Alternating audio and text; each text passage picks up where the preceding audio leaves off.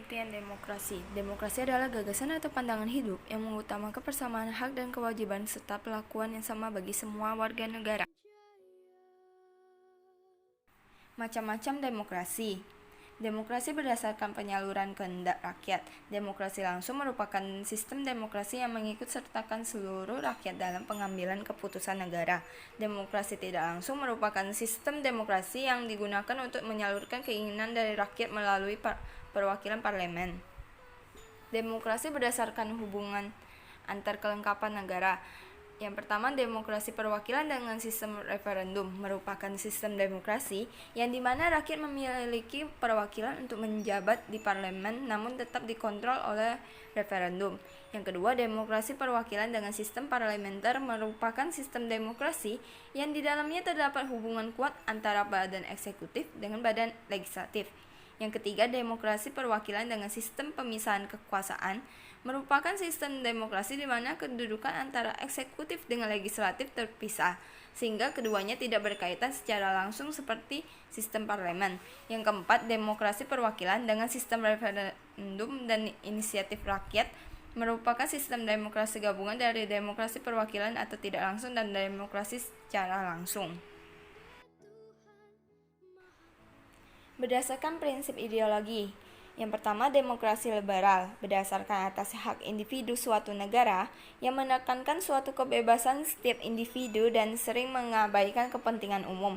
Yang kedua, demokrasi rakyat berdasarkan atas hak pemerintah dalam suatu negara yang didasari dari paham sosialisme dan komunisme yang mementingkan kepentingan negara dan kepentingan umum.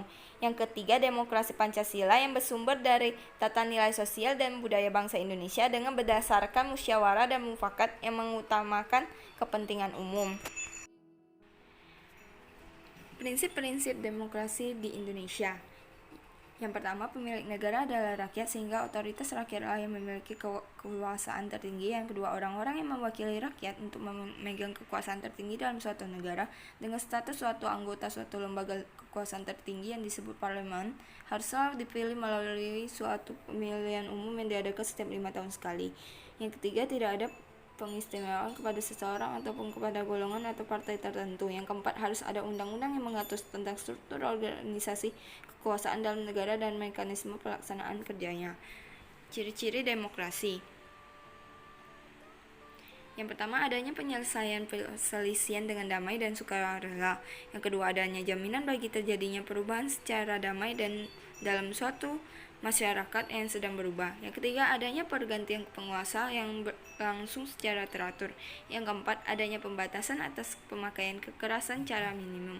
Yang kelima, adanya pengakuan dan penghormatan atas keanekaragaman. Yang keenam, adanya jaminan penegakan keadilan. Yang ketujuh, adanya upaya memajukan ilmu pengetahuan. Yang kedelapan, adanya pengakuan dan penghormatan terhadap kebebasan. Unsur-unsur pendukung tegaknya demokrasi. Yang pertama, ada negara hukum. Adalah negara yang memberikan perlindungan hukum bagi warga negara melalui kelembagaan peradilan yang bebas dan tidak memihak serta adanya penjaminan HAM atau hak asasi manusia. Yang kedua, masyarakat madani adalah sebuah masyarakat dengan ciri-ciri terbuka, egaliter, bebas dari dominasi dan tekanan negara, serta berpartisipasi aktif dalam menegakkan demokrasi. Yang ketiga, aliansi kelompok strategis, yaitu komponen berikutnya yang dapat mendukung tegaknya demokrasi adalah adanya aliansi kelompok strategis yang terdiri dari partai politik, kelompok gerakan, dan kelompok penekan atau kelompok kepentingan termasuk di dalamnya pers yang bebas dan bertanggung jawab.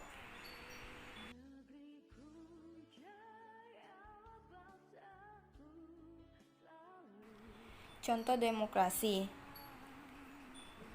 Berdasarkan jenis-jenis demokrasi, itu yang pertama ada demokrasi langsung.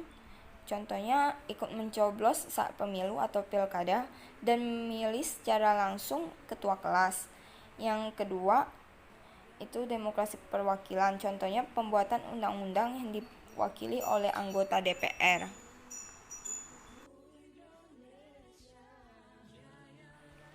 Demokrasi selanjutnya yaitu demokrasi perwakilan dengan sistem pengawasan langsung dari rakyat. Yang pertama, referendum wajib, contohnya pemungutan suara pemisahan Timor Timur dan persetujuan yang diberikan oleh rakyat terhadap pembuatan UUD. Yang kedua, referendum tidak wajib, contohnya peranan partai politik tidak begitu menonjol, tetapi kehendak rakyat dapat diketahui secara langsung dalam demokrasi. Yang ketiga, referendum konsultatif, contohnya rakyat sendiri kurang memahami tentang ini, maka pada saat materi undang-undang rakyat hanya diminta persetujuan.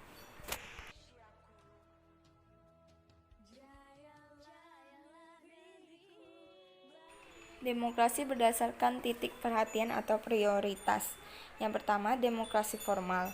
Contohnya, adanya keberadaan lembaga-lembaga perwakilan rakyat. Yang kedua, demokrasi material, contohnya mungkin keberadaan lembaga-lembaga perwakilan rakyat hanya sebagai simbol saja dan hanya mementingkan kepentingan negara saja dibandingkan rakyat. Yang ketiga, demokrasi campuran, contohnya rakyat memilih wakil di DPRD, kemudian wakil itu dikontrol oleh rakyat dengan sistem referendum. Demokrasi berdasarkan prinsip ideologi. Yang pertama, demokrasi liberal. Contohnya dalam demokrasi ini adanya sistem multipartai dan demokrasi ini telah mendorong lahirnya partai politik. Seperti di Indonesia, partai politik sudah banyak, malah udah lebih dari 10. Yang kedua, demokrasi rakyat adalah demokrasi di mana rakyat menentukan saat ada masalah penting. Contohnya pada saat pemilihan presiden dan wakil presiden, misalnya seperti kita yang melakukan pemilu saat dan yang kita pilih yaitu Jokowi dan pasangannya. Demokrasi di Indonesia. Yang pertama ada demokrasi desa. Menurut Muhammad Atta, desa-desa di Indonesia sudah menjalankan demokrasi. Misalnya dalam pemilihan kepala desa dan adanya rembung desa. Itulah yang disebut demokrasi murni. Demokrasi desa ini memiliki 5 unsur, yaitu rapat, mufakat, gotong royong, hak untuk mengadakan protes bersama, hak menyingkir dari kekuasaan raja absolut. Demokrasi Indonesia modern menurut Muhammad Hatta ini yaitu demokrasi di bidang politik, demokrasi di bidang ekonomi, dan demokrasi di bidang sosial.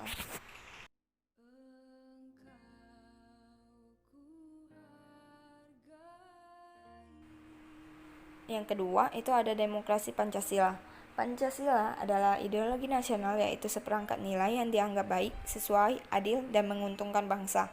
Sebagai ideologi nasional, Pancasila berfungsi sebagai yang pertama, cita-cita masyarakat yang selanjutnya menjadi pedoman dalam membuat dan menentukan keputusan politik. Yang kedua, alat pemersatu masyarakat yang mampu menjadi sumber nilai bagi prosedur penyelesaian konflik yang terjadi. Yang ketiga, nilai-nilai luhur Pancasila tertuang dalam pembukaan UUD 1945 sesuai dengan pilar-pilar demokrasi modern. Pilar-pilar demokrasi modern yaitu yang pertama, kedaulatan rakyat. Yang kedua, republik. Yang ketiga, negara berdasarkan atas hukum. Yang keempat, pemerintahan yang konstitusional. Yang kelima, sistem perwakilan. Yang keenam, prinsip musyawarah. Dan yang ketujuh, itu prinsip ketuhanan.